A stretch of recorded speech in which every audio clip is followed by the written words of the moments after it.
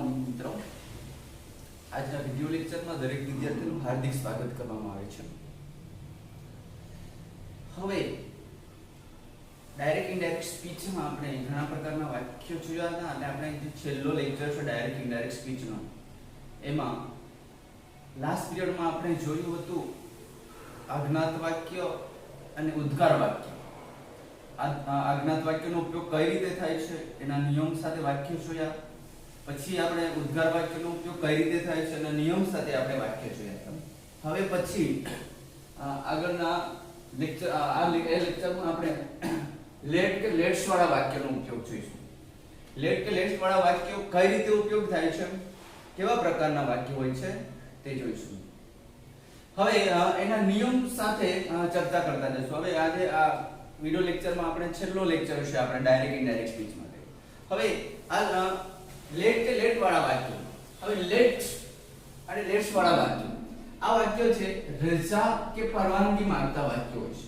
રજા કે પરવાનગી એટલે કે અમુક વાર વિનંતી કરે છે કે મને આ વસ્તુ આપને, મને અહીં બેસવા આપો ને, એટલે કે આ રીતે એક વિનંતી કરતા વાક્યો હોય છે.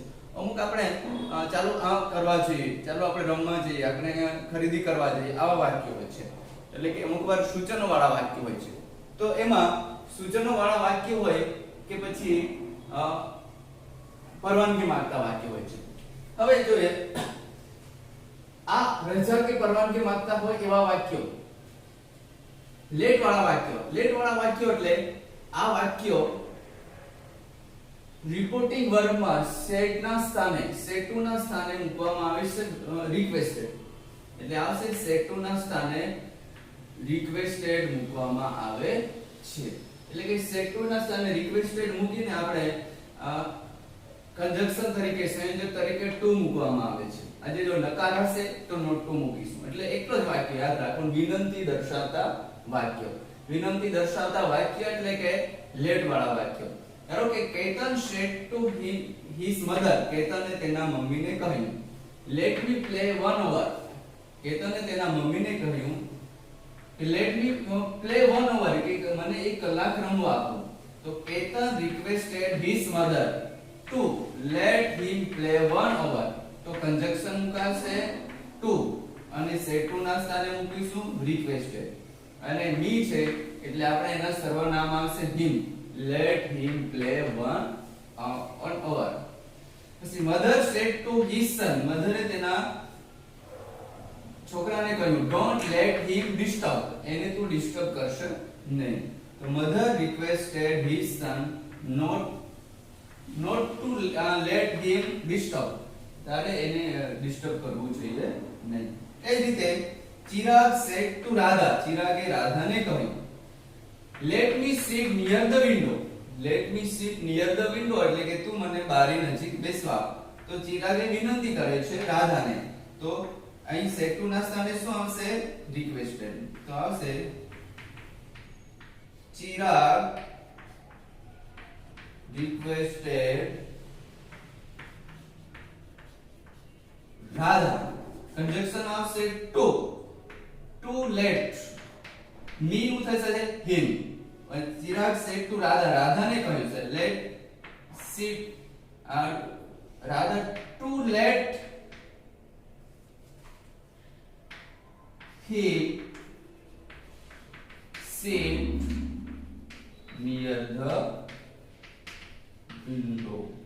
him કેમ આવે છે? અહીં પુરુષ બોલનાર છે એટલે મી એ ચિરાગ માટે આપણે ઉપયોગ કરી શકીએ છીએ. પછી આગળ છે ઉષા સેડ ટુ આશા. ઉષા આશાને કહ્યું let me listen to Saregama. ઉષાએ આશાને કહ્યું let me listen to Saregama, મને સારેગામા સાંભળવા આપ. તો આવશે Usha requested Asha to let her listen to Saregama. આ રીતે લેટ વાળા વાક્ય હોય છે. એટલે આ લેટ વાળા વાક્ય હોય એમાં આપણે આ ખાસ ધ્યાન આપવું જોઈએ. એ જ રીતે આપણે આગળ જોઈએ લેટ કે લેટર્સ વાળા વાક્યો. લેટ કે લેટેસ્ટ વાળા વાક્ય એટલે કે સૂચન દર્શાવતા વાક્ય, ઇન્સ્ટ્રક્શન કે સૂચન દર્શાવતા વાક્ય હોય છે. હવે ઇન્સ્ટ્રક્શન કે સૂચન દર્શાવતા હોય તો આ વાક્ય સૂચનો દર્શાવતા વાક્ય હોય છે કે ચાલો આપણે રમવા જઈએ, ચાલો આપણે ખરીદવી કરવા જઈએ, ચાલો આ કામ કરીએ, આ રીતે એ સૂચન દર્શાવતા વાક્ય હોય છે. એટલે આ વાક્યમાં ખાસ યાદ રાખવાનું કે રિપોર્ટિંગ વર્બમાં સેટ ટુ ના સ્થાને મૂકવામાં આવે છે સજેસ્ટેડ મૂકવામાં આવે. આમાં ફક્ત એટલો શબ્દ યાદ રાખવાનું, સજેસ્ટેડ જ મૂકવું, બીજો કોઈ શબ્દ યાદ રાખવું નહીં. બીજું કે સંયોજક તરીકે આમાં ધેટ મૂકવામાં આવે છે. એટલે આમાં કન્જક્શન એટલું જ આવશે ધેટ, એટલે કે બેમાં ચેન્જીસ ન થાય તે યાદ રાખવું. લેટ વાળા વાક્યમાં કન્જક્શન શું આવે છે? ટુ.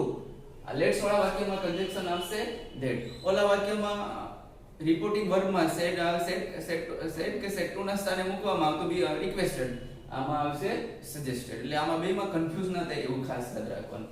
એટલે લેટ શબ્દ નીકળી જાય છે તેના સ્થાને ધેય શુડ મૂકવું. એટલે એના સ્થાને પર શું મૂકવામાં આવશે?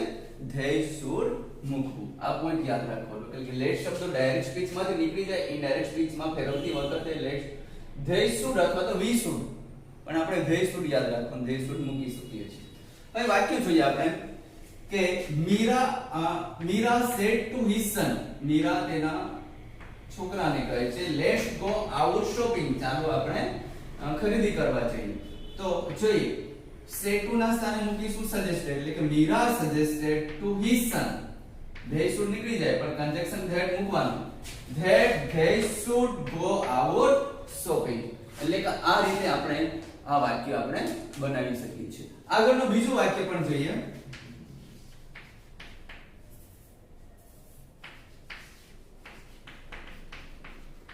વિકાસ said to Mohan, let's play game. હવે જો વિકાસે મોહનને કહ્યું લેટ્સ પ્લે ગેમ, ચાલો રમત રમીએ, તો જો વિકાસે ને મોહનને સજેસ્ટેડ કર્યું તો જવાબ આવશે શું? વિકાસ suggested Mohan that. કન્જક્શન આવશે that. લેટ શબ્દ નીકળી જાય તેના સ્થાન પર શું આવશે? they should play game. એટલે આ લેટ કે લેટ્સ વાળા વાક્યમાં ટેન્સ ફેરફાર પણ નથી થતો, એ શબ્દો આપણે યાદ રાખવું જોઈએ. હવે પછી જોઈએ ઓપ્ટેટિવ સેન્ટેન્સ. ઓપ્ટેટિવ એટલે કે શુભેચ્છક વાક્ય. કેવા વાક્યો આવશે? શુભેચ્છક. એને આપણે વિશિષ્ટ વાળા વાક્યો કહેવાય, વિશિષ્ટ વાળા વાક્ય કહેવામાં આવે છે. હવે શુભેચ્છા કે અભિનંદન વ્યક્ત કરતા વાક્ય છે. પોઈન્ટ યાદ રાખવાનું. કોઈ પણ વ્યક્તિને શુભેચ્છા કે અભિનંદન વ્યક્ત કરતા વાક્ય હોય છે. કેટલીક વાર આ પ્રકારના વાક્યોમાં પ્રાર્થના, આશ્વાસન, દિલાસો પણ વ્યક્ત કરે છે. એટલે વાક્યમાં એવા વાક્યો પણ હોઈ શકે કે પ્રાર્થના કરતા હોય, આશ્વાસન આપતા હોય, દિલાસો આપતા હોય કે પછી કોઈ દુઃખમાં ભાગીદારી દેતા હોય, એવા વાક્ય પણ હોય છે. હવે રિપોર્ટિંગ વર્બમાં સેટ ટુ ના સ્થાને, આમાં પણ આવશે સેટ ટુ ના સ્થાને શું મૂકીશું? વિશડમ, શુભેચ્છા આપવી, થેન્કેડ, આભાર માનવો, બ્લેસેડ, આશીર્વાદ આપવો, પ્રેડ એટલે પ્રાર્થના કે દિલાસો આપવો, કોંગ્રેચ્યુલેટેડ એટલે કે અભિનંદન આપવા, એવા પ્રકારના વાક્યો હોય છે. કેવા હોય? શુભેચ્છા આપતા હોય, આભાર માનતા વાક્યો હોય, આશીર્વાદ આપતા હોય, પ્રાર્થના દર્શાવતા હોય ને અભિનંદન આપતા હોય, એવા વાક્યો હોય છે. એટલે આ યાદ રાખવાનું. શું મૂકવાનું? સેટ ટુ ના સ્થાને વિશ્ડ હોઈ શકે, થેન્કેડ હોઈ શકે, બ્લેસ્ડ હોઈ શકે, પ્રેડ હોઈ શકે, કોંગ્રેચ્યુલેટેડ હોય. કે આ વાક્યમાં જે ભાવાર્થ દર્શાવે છે, વાક્યમાં ભાવાર્થ શું દર્શાવે છે એ મહત્વનું નક્કી કરીશું. વાક્યમાં ભાવાર્થના આધારે આપણે આ સેટ ટુ ના સ્થાને, રિપોર્ટિંગ વર્બમાં સેટ ટુ ના સ્થાને આપણે મૂકી શકીએ છીએ.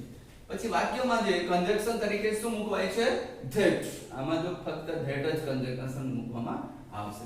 હવે જો our teacher said to student, અમારા ટીચરે વિદ્યાર્થીને કહ્યું, શું કહ્યું છે? Good morning. ગુડ મોર્નિંગ કહે શિક્ષકે વિદ્યાર્થીને કહ્યું ગુડ મોર્નિંગ સ્ટુડન્ટ. તો પછી એ જ વાક્ય કોઈ બીજા વ્યક્તિને સંભળાવશે તો our teacher વિશ્ડ students that good morning. અમારા ટીચરે વિદ્યાર્થીને કહ્યું હતું કે ગુડ મોર્નિંગ. તો એ રીતે શુભેચ્છા આપશો એટલે આપણે વિશ્ડ તરીકે મૂકીશું. બીજું આગળનું વાક્ય, a European said to me, European એ મને કહ્યું થેન્ક યુ વેરી મચ, તમારો ખૂબ ખૂબ આભાર. તો યુરોપિયન થેન્કેડ મી, જો અહીં થેન્ક યુ આભાર માનવો છે તો અહીં થેન્કેડ ઉપયોગ કરો તો બીજી વાર અંદર વાક્યમાં થેન્કેડ ઉપયોગ કરવો નહીં, કેમ કે આભાર દર્શાવતો વાક્ય છે. એટલે કે European thanked me that very much, ઘણું બધું તમારો આભાર, એ રીતે યુરોપિયને મને કહ્યું.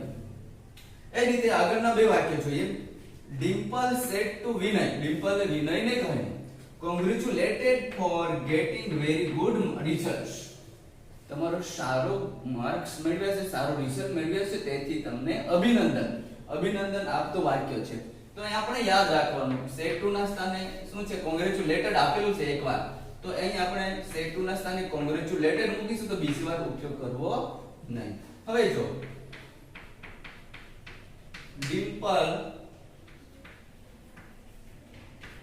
congratulated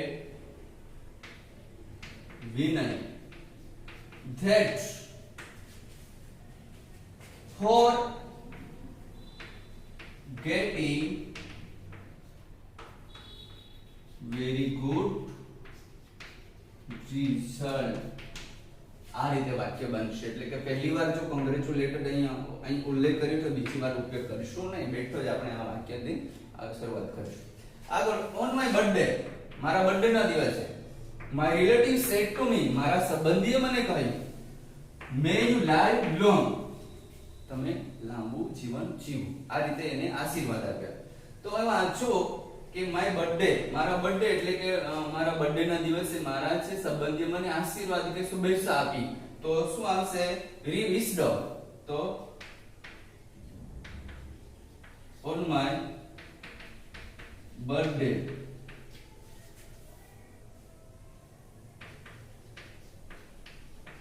my relative said to me, હવે may you live long, તમે લાંબુ જીવન જીવો એટલે કે આશીર્વાદ જ કહેવાય. એટલે આશીર્વાદ માટે શું આવશે, blessed. તો આવશે blessed me, મને આશીર્વાદ આપ્યો. કંજક્શન શું આવશે, that. પછી અહીંથી આપણે યુ છે કરતા પહેલા લેવાનું, મે પછી, એટલે યુ થશે મને આશીર્વાદ આપે એટલે યુ નું થશે આઈ, મે નું થશે માઈટ, આઈ માઈટ લાઈવ લોંગ. આ રીતે શુભેચ્છક વાક્ય. એવા ઘણા પ્રકારના વાક્યો હોય તે આપણે ફરી આપણે પહેલા પીરિયડથી યાદ રાખીએ. કેટલા પ્રકારના વાક્યો હોય. પહેલું તો એસર્ટિવ સેન્ટેન્સ એટલે કે વિધાન વાક્ય, ઇન્ટ્રોગેટિવ સેન્ટેન્સ પ્રશ્નાર્થ વાક્યો, ઇમ્પરેટિવ સેન્ટેન્સ આજ્ઞાર્થ વાક્ય, એક્સક્લેમેટિવ સેન્ટેન્સ ઉદ્ગાર વાક્ય, લેટ કે લેટ વાળા વાક્યો સૂચના કે વિનંતી દર્શાવતા વાક્યો, અને ઓપ્ટેટિવ સેન્ટેન્સ એટલે કે શુભેચ્છક વાક્યો. આટલા પ્રકારના વાક્યો જોતા હોય છે. એ સ્ટેપ બાય સ્ટેપ આપણે દરેકની ચર્ચા કરી, દરેકના નિયમો આપણે જોયા. એ રીતે સ્ટેપ બાય સ્ટેપ આપણે વાક્યો પણ આવશે, પેરેગ્રાફ પણ આવશે. એ પેરેગ્રાફ પણ આપણે નેક્સ્ટ લેક્ચરમાં આપણે ચર્ચા કરીશું. Thank you very much.